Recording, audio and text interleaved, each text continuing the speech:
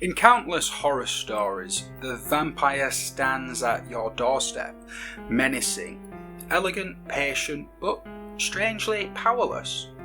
That is, until someone inside says the fatal words, "Come on in." This isn't just cinematic drama.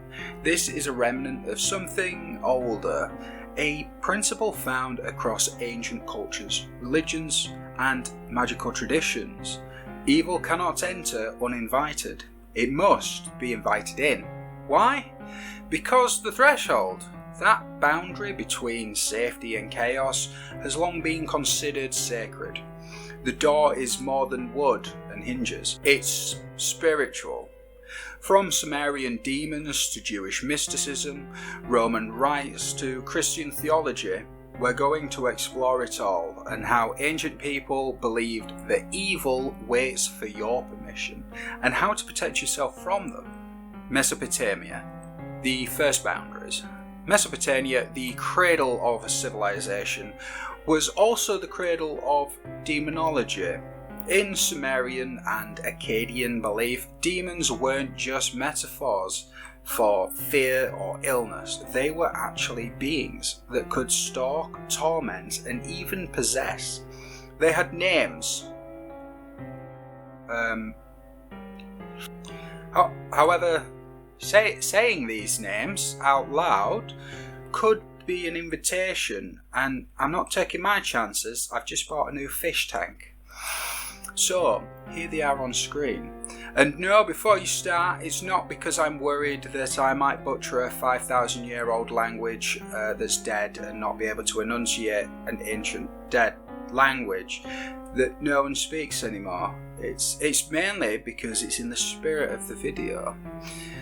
So, the Mesopotamians believed in powerful spiritual boundaries. Doors, thresholds, and even corners of rooms were watched by the spirits. To guard them, they invoked protective gods and spirits using clay tablets, incense, and figurines. Do not let the evil ones enter through the threshold. Let the figurines guard. Let the rite be strong. From the Udug-hul incantation series, one of the most important documents, the Maqlû series, is a ritual handbook used by exorcists. It contains over 100 spells to protect against invading spirits. Crucially though, it shows that demons could not actually act unless you broke ritual law or let them in. The key protective practices included amulets placed on doorposts, figurines buried at entrances, and reciting exorcisms at sunset to close spiritual gates. And I just take a moment, all of the sources for everything that I discuss here will always be in the comments. Demons that linger at the door. The Mesopotamians didn't just believe in demons that attacked, they believed in demons that waited. The Rabisu, for instance, was a spirit that lurked at the threshold. It could not enter a home where protective rituals had been properly maintained, but if you skipped your incantations, if you let your doorway become spiritually dirty, it would creep in. The Rabisu waits at the lintel. If the rites falter, it slips in like smoke. The Alu was even more insidious. It attacked during sleep, but only when your inner and outer defences were weak.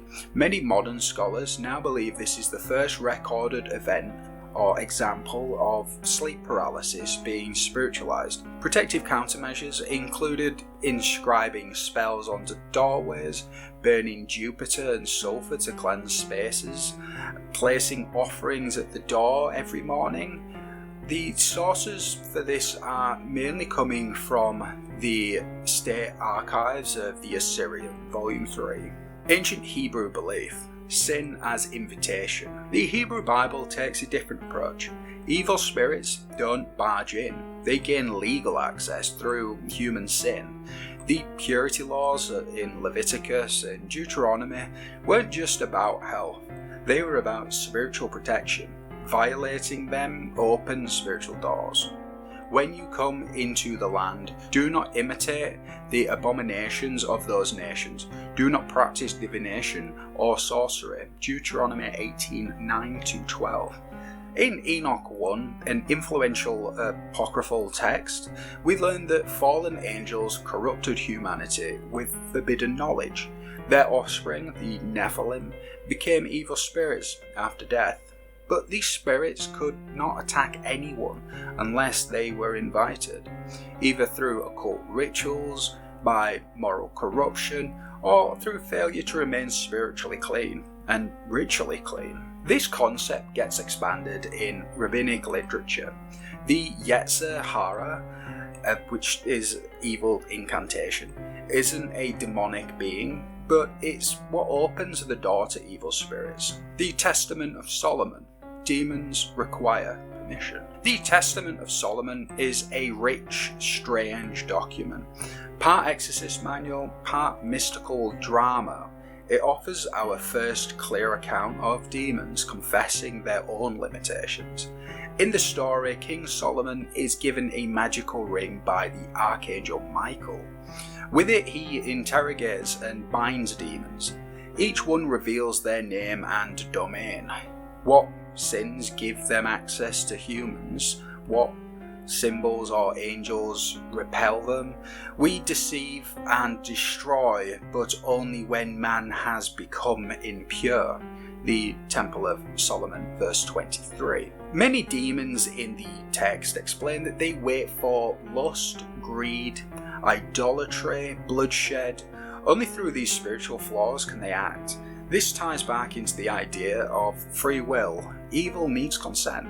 Roman threshold rituals and household spirits. The Romans had gods for the threshold. The Lares, Penates, and Janus were all guardians of the home. Crossing into a home was not casual. You honoured the spirits of the house first. If you didn't, you risked spiritual imbalance. Let none unclean cross this line. Janus watches both ways.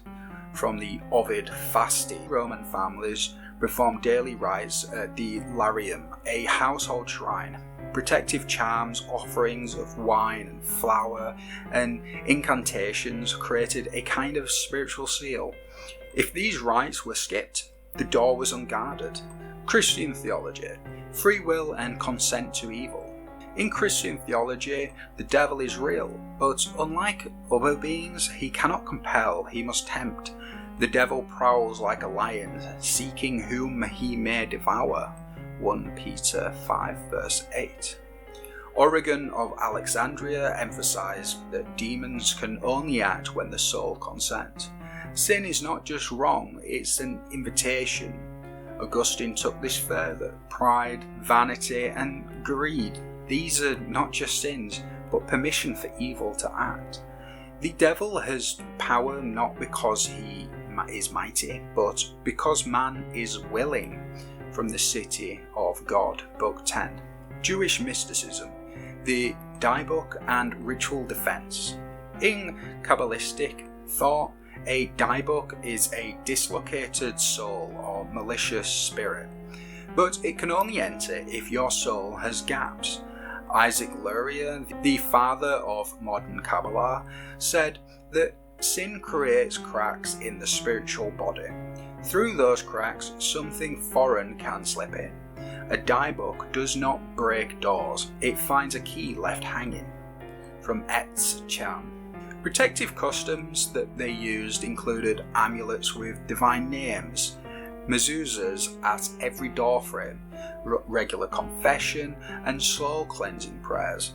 They also had bowls, which I'm going to do a video on because it's one of the first accounts that I found of forgery with spiritual objects. Protective practices across cultures. Different cultures used different symbols, but the goal was the same: guard the entry points. The doorway, window, and soul all functioned the same way. Evil could only enter through invitation or neglect. A few examples of the protection was the mezuzah, a Hebrew script scroll affixed to the door, salt lines used in Slavic, Celtic, and Japanese traditions, horseshoes above the door, which iron repels spirits, crosses, icons, holy water in Christian homes, incense and protective knots in Hindu and Buddhist homes. So, evil doesn't break in, we have to let it in.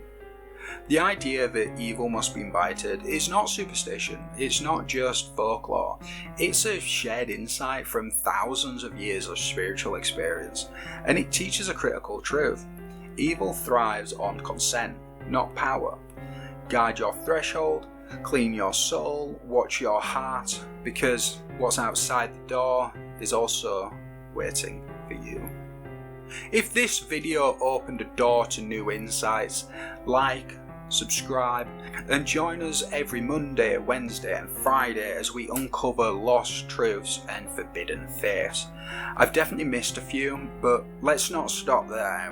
What beings are you aware of that follow this rule? The top ones might get dragged into a follow-up video on this. Until next time, may your doors always remain closed. You did lock it, right? Thanks for watching.